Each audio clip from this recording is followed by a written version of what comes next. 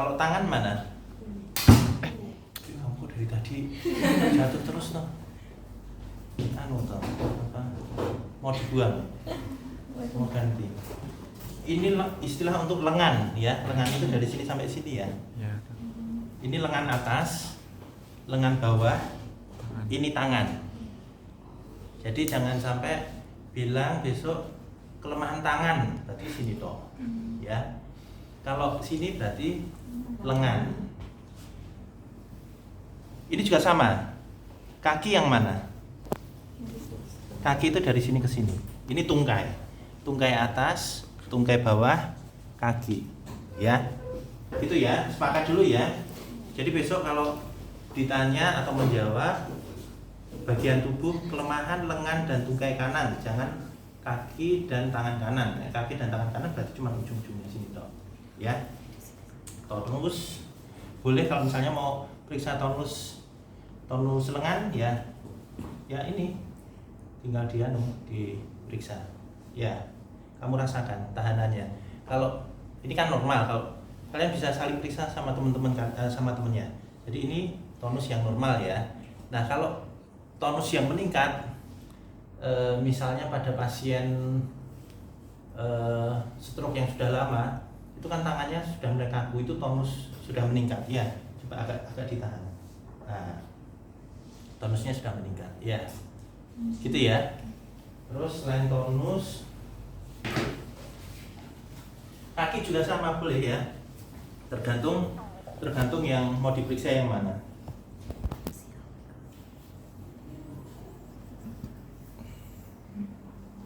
Jadi intinya ini ya, memeriksa tonus otot. Ini bahu boleh, lengan atas boleh. Intinya kita menggerakkan secara pasif ya. Jadi yang menggerakkan adalah kita, tidak boleh pasiennya. Kemudian ini yang bawah juga boleh, sama intinya digerakkan sendinya, kita rasakan tonusnya. Terus ini ada ampul dan tropi tadi ya, untuk mengetahui ini UMN apa elemen tadi ya, salah satunya adalah adanya atrofi dan fasirkulasi. Kita lihat ototnya ya. Nah, biasanya kita membandingkan antara kanan dan kiri ya.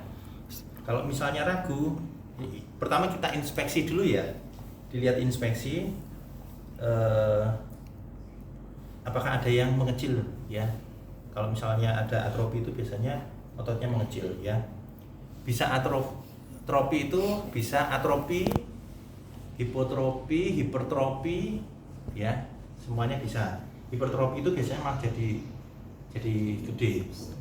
Itu pada pasien, misalnya pasien anak-anak Duchenne muscular dystrophy DMD, itu ada hipertrofi di bagian tertentu, di betis biasanya.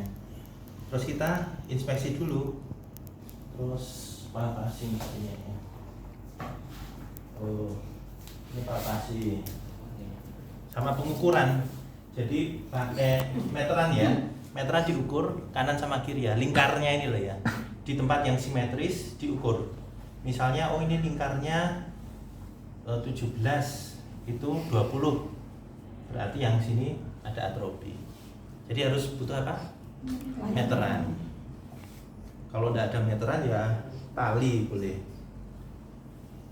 Kemudian palpasi ya ini ya sama, ya kalian sambil di pencet ininya ya, ototnya ya. Nanti kalau yang normal ya, kalian anggapannya adalah kalian normal ya. Ya kalian misalnya betis kalian pencet-pencet gitu ya, kalian palpasi ya.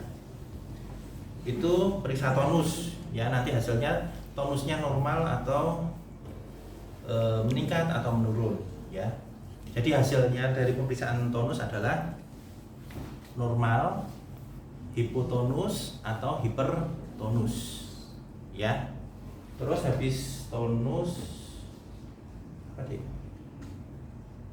kekuatan ya, habis kok tadi tonus lagi, ini kan sudah trofi ya.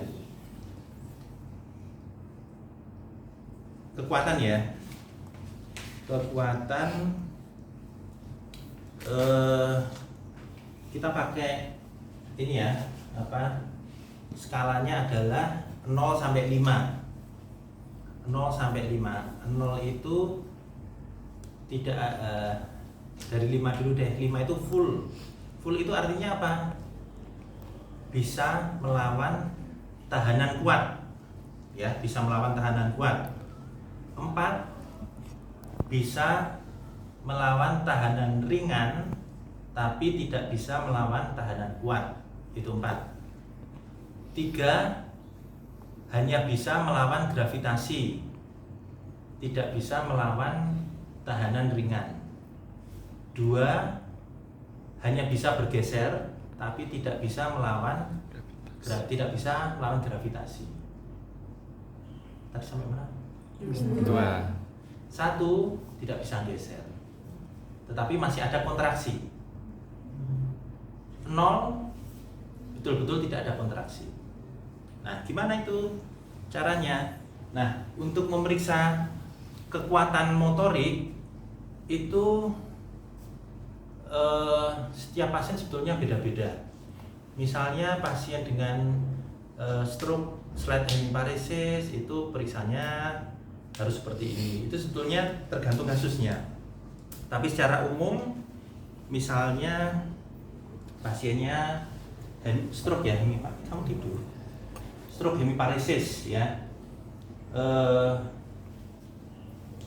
Kita suruh itu tadi aja dulu 0 sampai 5 ya. Kalau 0 adalah misalnya ini tekuk. Coba dilawan tangan saya sekuat-kuatnya. Ini berapa? 5. 5. Ya. Kalau misalnya 4 tetapi ini sebetulnya subjektif ya. Misalnya pasiennya gede terus misalnya segini, yang periksa temanku yang kecil, mana yang kecil? Nah itu ya harus pinter-pinter melakukan adjustment ya. Jangan sampai kamu yang periksa ini jadi tetraparesis, kasihan banget. Misalnya kamu yang jadi pasien, yang periksa dia jadi tetraparesis karena lemes semua. Tidak gitu ya. Jadi harus ada adjustment ya. Itu misalnya 5, 4 itu bisa melawan tahanan ringan ya. Biasanya itu kalau tahanan kuat itu dengan 5 jari. Coba dilawan 5 jari. Ini berarti 5. Berarti maksudnya kekuatannya 5. Kalau 4 itu misalnya kamu nggak kuat ini. Nah, tapi dengan 3 jari ini masih kamu kuat. Ayo sini kuat. Nah, ini 3 jari masih kuat, tapi begitu 5 jari dia nggak kuat, itu 4. Ya. Kemudian kalau 3 itu misalnya itu tadi 3 jari juga nggak kuat. Coba tangan kakinya diangkat. Nah, ini masih bisa melawan gravitasi, tapi begitu disuruh melawan ini nggak bisa. Itu berarti 3 ya. Kalau 2 dia nggak bisa ngangkat ya, tapi coba Pak digeser bisa Pak. Nah, kadang-kadang kalau butuh kita bantu, misalnya kakinya rapet gini, Pak coba digeser, kita tarik ke sini dulu, Pak coba digeser ke tengah, bisa nggak Pak? Nah ini 2 ya. Kalau 1 Pak coba digeser, ini dia nggak bisa geser, tapi coba digerakkan sekuatnya, ini masih tampak ada kontraksinya, itu 1. Tapi kalau betul-betul nggak ada kekuatan apa-apa, yaitu 0. Itu 0 sampai 5, artinya seperti itu. Nah, gimana teknik memeriksanya? Sebetulnya tidak ada oh harus step-stepnya seperti ini, harus disuruh begini, nggak ada. Intinya kita bisa menilai kekuatannya itu sesuai dengan tadi itu masuknya di mana, gitu ya. Jadi contohnya misalnya pasien stroke, Pak coba diangkat 2 kakinya Pak. Awas ini nanti jatuh lagi. Nah, dia bisa ngangkat. Tapi coba yang ini coba full ya. Ini tadi disuruh ngangkat 2-duanya bisa. Coba nanti satu-satu dulu ya Pak ya. Coba ini diangkat, dilawan, tangan saya dilawan. Nah ini 5. Terus yang ini coba Pak dilawan Pak. Nah ini tidak sampai 5. Ya misalnya hanya 3. Nah gitu ya. Jadi boleh pasiennya kalian suruh ngangkat dulu dua-duanya. Coba tangannya diangkat dua-duanya Pak. Sekalian berikan tahanan. Misalnya yang ini aja sudah loyo, yang ini kuat. Jadi bisa menyimpulkan pasiennya ada hemiparesis dextra, kekuatannya lengan atas misalnya 3 atau 4, tungkai kanan misalnya 3, gitu ya. Sementara yang kiri 5 semua, gitu ya. Paham ya? Jadi teknik kalian memeriksa itu sebetulnya tidak ada pakemnya, harus urut gini. Tetapi intinya kalian nanti pemeriksaan yang kalian lakukan bisa untuk menyimpulkan bahwa ini kekuatannya sekian. Beda lagi dengan pasien misalnya paraplegi akibat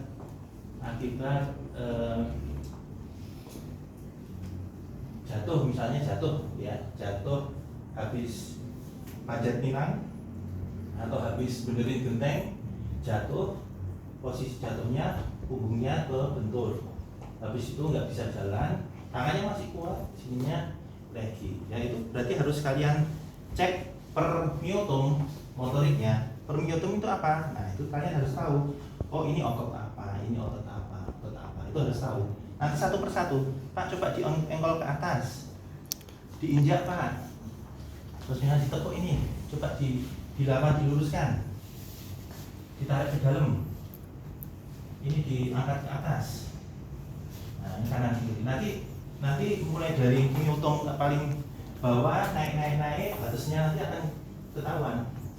Misalnya dia kelemahannya sampai di sini. Kalau misalnya kelemahannya sampai di sini berarti dia sarafnya pusatnya di mana? Jangan di bawah. Jadi harus tahu anatominya dan sekali lagi menyesuaikan kasusnya ya. Kalau misalnya kasusnya paraparesis ya, dari bawah ke atas periksa semuanya. Kalau misalnya stroke hemiparesis ya tidak perlu per myotom, tetapi kanan kiri. Gitu ya, paham ya? Terus setelah motorik kekuatan, ini juga misalnya otot bahu ini monggo posisinya pun tidak harus tidur ya. Kalau misalnya otot bahu berarti kamu sambil duduk.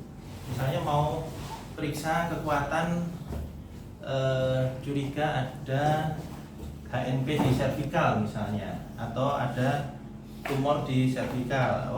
Kalau servikal kan misal motorik kena di servikal kan tetraparesis ya. Ini berarti kamu harus periksa semua 4-4-nya sampai permyotomnya. Coba diginikan. Ini bisa. Jadi harus tahu ya, nanti browsing myotom satu periksa dermatom. Nanti ada petanya. Nah itu harus tahu. Ini juga ya, otot lengan, otot panggul. Nanti dibaca ini semua ya, tergantung kebutuhannya. Kemudian pemeriksaan sensorik sampai jam 14 ya. Pemeriksaan sensorik harusnya setelah motorik itu gandengannya refleks dulu aja ya.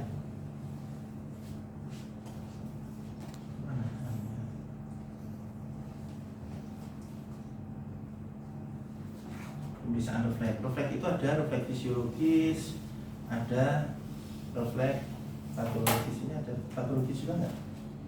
Ada ya. Nah, refleks fisiologis tadi untuk menentukan ini refleksnya hiperrefleks atau hiperrefleks gitu ya. Sebetulnya banyak refleks fisiologis itu banyak, cuman sepertinya tidak semuanya ya. Kalau kekuatan tadi kan 0 sampai 5 ya, 0, 1, 2, 3, 4, 5. Kalau normalnya 5 full ya. Kalau 4 3 2 1 itu namanya paresis. Kalau 0 itu namanya plegi. Atau kadang-kadang ada yang bilang plegi itu antara 0 atau 1. Masih boleh lah, 1 bisa masuk plegi, bisa masuk paresis ya. Jadi misalnya tadi balik lagi, misalnya tidak apa-apa kamu gitu aja. Misalnya kelemahan sisi kanan, itu namanya apa? Kalau salah satu sisi kanan itu hemi ya. Nah, hemi kalau kekuatannya yang kanan itu 3 atau 4 atau 2, kamu boleh bilang ini hemi paresis. Tapi kalau benar-benar 0, kamu menyebutnya hemi plegi. Gitu ya. Termasuk itu hemi itu kan kalau separuh. Kalau 4-4-nya apa? Tetra. Bisa tetra paresis kalau kekuatannya misalnya 2 3 4. 0 kalau tetra plegi, kalau 0. Gitu ya. Kalau parah gimana? Kan ada hemiparesis, ada tetraparesis, ada paraparesis. Kalau paraparesis apa? Bawah ya. Paraparesis itu kalau kedua tungkai lemah, kekuatannya 2 3 4 ya. Kalau 0 berarti paraplegi. Gitu ya. Paham ya? Jangan sampai besok kalian jadi dokter IGD konsul ke neurolognya, dok ada pasien dengan keluhan paraparesis kanan, maksudnya dia hemiparesis kanan, tapi karena dia pada saat sekolah sepertinya sepele aja, lapornya jadi paraparesis kanan. Jangan ya. Terus ada monoparesis ya. Monoparesis itu satu ya, satu kan boleh, satu tungkai boleh, kanan boleh, kiri boleh ya. Oh ya, tadi 4-4-nya itu tadi ada namanya tadi apa? Tetraparesis atau tetraplegi ya. Itu kalau lesinya ada di medula spinalis cervical. Itu kalau UMN, atau kalau LMN ya di pinggir-pinggir. Tetapi kalau ada tetraparesis atau tetraplegi yang UMN, itu berarti lesinya ada di medula spinalis cervical. Tetapi belum tentu kelemahan 4 ekstremitas itu lesinya ada di cervical.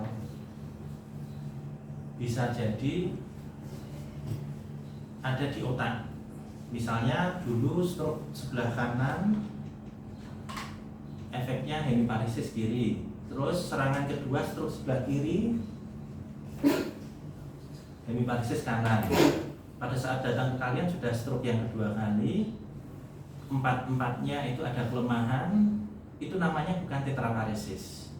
Jadi tetraparesis itu kalau kelainannya ada di cervical. Nah, kalau kalian ketemu kasus yang tadi itu namanya bihemiparesis atau double hemiparesis.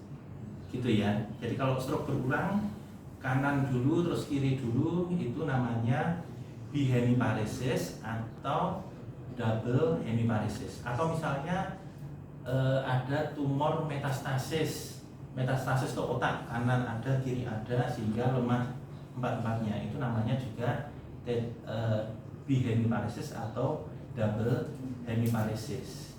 Jadi bedanya apa tetraparesis sama bihemi tadi? Letak lesinya ya. Kalau letak lesinya ada di dalam otak, itu namanya bihemiparesis. Taunya gimana?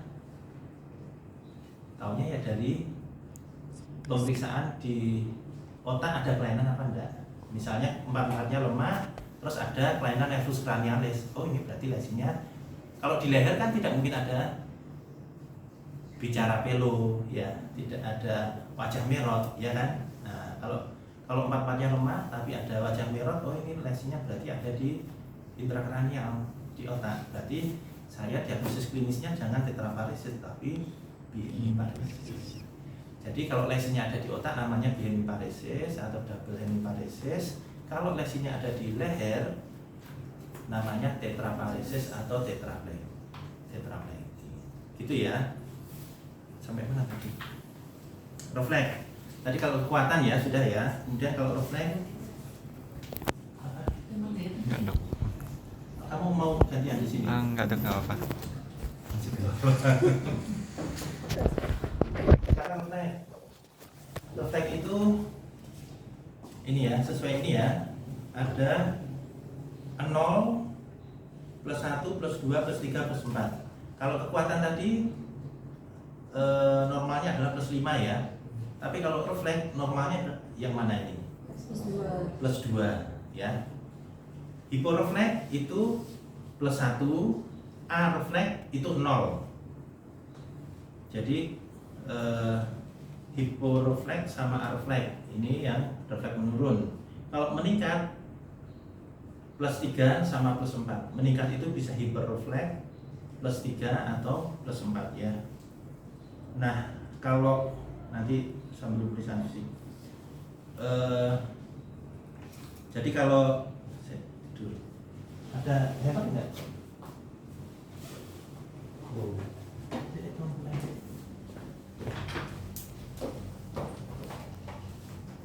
Ya. Refleks ekstremitas atas ada refleks yang sering refleks bicep sama tricep. Selain itu sebetulnya masih ada banyak ya. Tapi kalau yang atas itu yang sering bicep tricep. Bawah patella Achilles. Selain dua itu sebetulnya masih ada banyak ya sekali lagi ya. Tetapi untuk kalian minimal dua itu. Refleks bicep itu mana sih? Mana? Ya, jadi pada saat periksa kalian cari dulu tendonnya dulu ya. Yang dipukul itu ototnya apa tendonnya? Tendon, ya. Nah, kalian cari tendon bicepnya. Misalnya sudah ketemu, posisinya begini ya. Posisinya begini.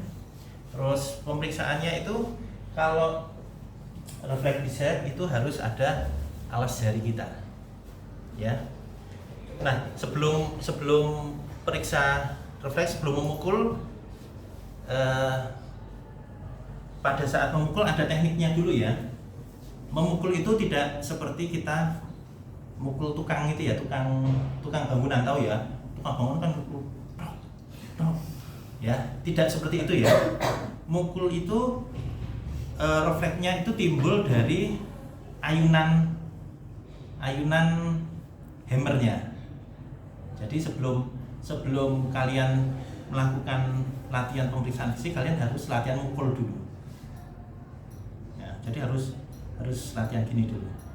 Jadi refleks yang timbul itu nanti dan satu lagi, kalau hammernya yang bagus itu mantap, dia nggak akan belok-belok gini. Nah, tapi kalau hammernya murah memang agak minimal hammer kalau beli Richter ya, merek Richter ya. Nah, jadi kalian sambil nonton drakor ya, drakor sambil gini-gini. Ini untuk melatih supaya tangan kalian itu mahir untuk memukul. Jadi ayunan pergelangan tangan ini, ya, kalau pas mukul sininya jangan ikut gerak, ya. Jadi ininya aja. Nah, kalau bisa pakai hammernya yang merek Richter, minimal yang lebih bagus banyak. Kalau yang harganya 60.000, 70.000 itu biasanya ringan banget. Nih ringan memang agak susah ya. Jadi latihan dulu mukulnya gini. Ingat, yang bergerak adalah dari pergelangan tangan sampai alatnya ya. Oke. Setelah bisa berarti gini ya. Cari tendonnya sudah ketemu, diayunkan. Yang dipukul jari kita. Ini ya di sini. Tek gitu ya. Itu refleks bicep. Positifnya ya ada gininya, ya, gitu ya. Ada apa sih? Reflektorik ya, gerakan fleksi reflektorik. Ini apa? Jari saya habis kejepit pintu, jadi saya enggak berani kenceng-kenceng ya. Intinya di ini aja. Ini tadi kepukul aja langsung lagi. Ya. Intinya ya, dikasih alas ya. Nah, kalau positif 2 ya ada refleks fleksi reflektoriknya itu bicep. Tricep, kalau tricep ini kita tidak perlu kasih alas ini, tidak perlu kita kasih alas jari kita kalau tricep ya, langsung di tendonnya sini ya. Terus pada saat mukul tidak perlu mukulnya sampai berkali-kali, sampai puluhan kali ya, cukup misalnya sudah tahu hasilnya, relax ya, sudah keluar ini ya, nggak usah dipukul dulu terus, tinggal berarti kalau sudah muncul relaxnya kan sudah plus 2, kita tinggal cari apakah ini plus 3 atau plus 2. Jadi kita cari perluasannya, normalnya kan sampai sini, tapi kalau kita pukul sampai atas masih positif, itu namanya plus 3. Bicep juga sama, kalau sampai ke atas itu plus 3 gitu ya. Bicep, tricep, patella ini ya. Tangan kita pakai untuk mengangkat. Sebetulnya boleh tekniknya macam-macam, sambil duduk di bawah juga boleh, tapi tidur aja. Jadi relax. Gimana caranya relax? Kalau pasiennya, kadang-kadang ada pasien yang tegang sekali, itu diajak ngobrol. Pak, rumahnya di mana? Dicari ya. Jangan salah tempurungnya, jangan salah patelanya di ya.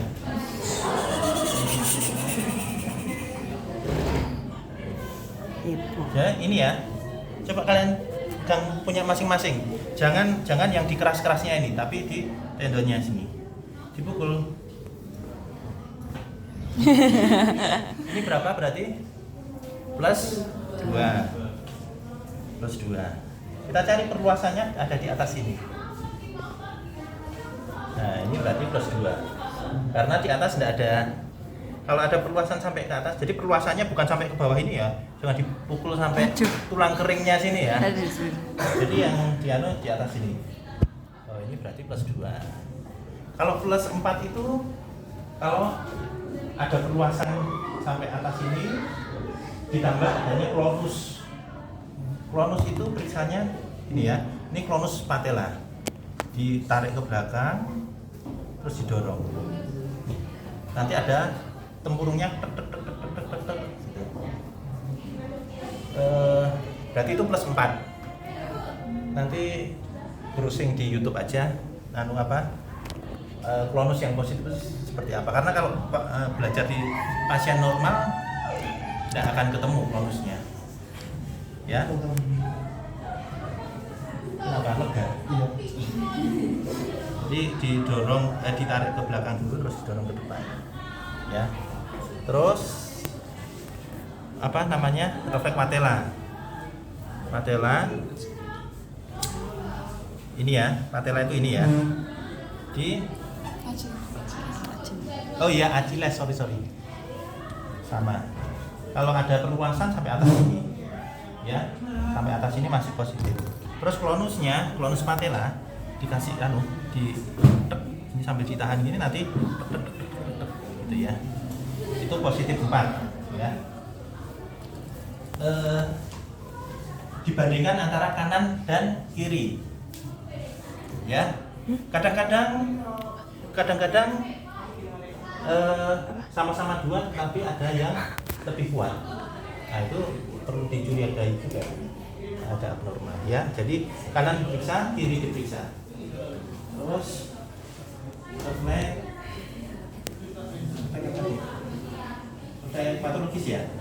Ini klonus ya. Klonus sudah ya tadi, klonus kaki itu klonus Achilles, klonus paha itu klonus patella tadi ya. Terus refleks patologis Hoffman, Romner.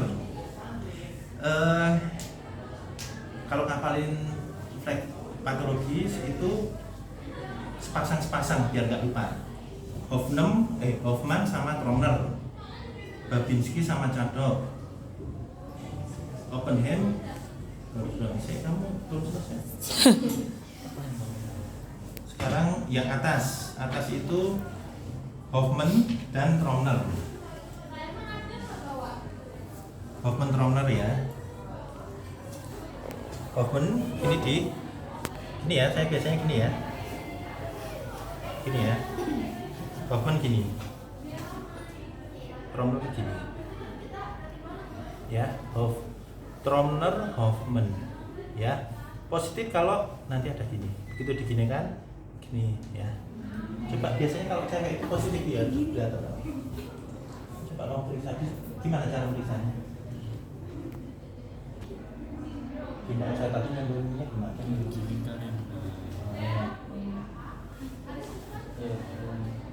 Masa gitu? Di tunggu itu. Ini sama di. Sini. Nah, ini Hoffmann. Ini ya. Hoffmann Trommler terus Babinski. Aslinya ini harus dilepas tapi nggak usah. Babinski. Tangan kiri pegang sini ya. Pegang apa ini namanya? Ya pokoknya daerah sini. Babinski. Kita yang dipakai adalah sebetulnya pokoknya yang jangan yang tajam. Ya. Ya ini boleh lah. Nggak boleh yang tajam. Apalagi kalau sampai ada yang pakai ini langsung tak kasih 0 nilainya. Waduh. Ya, loh ada loh, jangan ketawa. Ada loh yang pakai jarum periksa Babinski. Nggak boleh ya. Kamu tiduran. Kamu mau lihat? Iya. Ya, jadi tangan kiri di sini ya. Terus ini relax atau relax, semua refleks harus relax. Ini ya, dari sini, pinggir sini. Seret. Ini ya. Dengan tekanan secukupnya. Ini pakai Karena kaos pakai kaki. kaki. Kalau positif, ini ada namanya ini apa sih? 1, 2, 3, 4 ini gini. Terus yang ininya fanning. Nah, jadi fleksi jari 1 sampai 4 ininya fanning. Itu Babinski. Nah, kalau pas periksa tidak boleh seret bolak-balik karena ragu. Tidak boleh ya. Jadi gentle aja tapi yakin. Set. Kalau masih ragu sekali lagi set. Gitu ya. Cadok sini. Set. Itu ya sama. Terus open hem. Set. Ya, boleh pakai gini, boleh gini, tergantung manusianya. Terus Gordon ini ya, intinya betis. Boleh misalnya kalau di gambar ini kan gini ya, intinya betisnya ditekan. Tapi kalau misalnya pas yang meriksa kamu kan gini kan ya enggak, kamu cuma bisa kena sininya kok ya, gini aja ya, gitu ya, ditekan klek. Terus ya kayak mijit emang. Shaver ininya dia ditekan ininya. Terus Rosolimo sama Mendel Bechtero. Jadi kan ada tadi saya bilang pasangan-pasangan ya. Misalnya Hoffmann Trommler, Babinski Cadok. Ini Rosolimo Mendel Bechtero. Sini ya. Ini Mendel Bechtero sini. Nah sini dipukul. Terus yang Rosolimo dipukul sesuai ini ya. Terus Gonda sama Stransky. Satunya ke luar gini, yang jari 4 ke bawah sini. Gitu ya. Satu Gonda, satu Stransky. Positifnya gimana? Rata-rata semuanya sama. Fleksi jari 1 sampai 4, fanning ibu jari. Tetapi dari ini tadi ada satu yang beda. Ada sepasang yang beda. Nanti PR ya dicari ya. PR dicari, semuanya seperti itu kecuali nanti ada sepasang yang hasilnya tidak seperti itu kalau postingan cari. PR. Terus refleks primitif sama kayak ini, refleks menetek. Nanti jangan pakai tangan, jangan pakai ini ya. Ini kan sentuhan pada bibir. Boleh pakai kalau nggak ada alat pakai jarum, punya pasien sendiri nggak apa-apa. Di sini terus di taruh situ dulu boleh. Terus snot, reflex snot itu perkusi di atasnya, pakai ini boleh. Terus refleks memegang ini ya, boleh pakai jari, boleh pakai ini, boleh kayak bayi itu loh, tahu? Jadi kalau kita gini mesti yang gitu, itu refleks memegang. Makanya namanya refleks primitif. Ini refleks primitif. Refleks primitif itu refleks pada bayi atau anak-anak kecil yang mana harusnya itu sudah hilang pada saat kita remaja, dewasa itu hilang. Nah biasanya pada saat lansia itu muncul lagi. Jadi kalau ada simba-simba itu kamu lakukan refleks snot itu mungkin positif. Ya, ini terus palmomental. Palmo itu mana? Palmar ya. Jadi di gores palmarnya yang bereaksi otot mentalis. Otot mentalis mana? Ya, jadi ini kita gores, terus itunya tep gitu, gerak ya, kontraksi ya. Itu palmomental. Itu refleks primitif. Sudah. Motorik dan refleks sudah. Ini sudah jam 2, nanti dilanjut pertemuan berikutnya ya. Berarti kurang sensorik dan otonom. Nanti sensorik dan otonom pertemuan berikutnya responsinya yang masih ya. Ini titik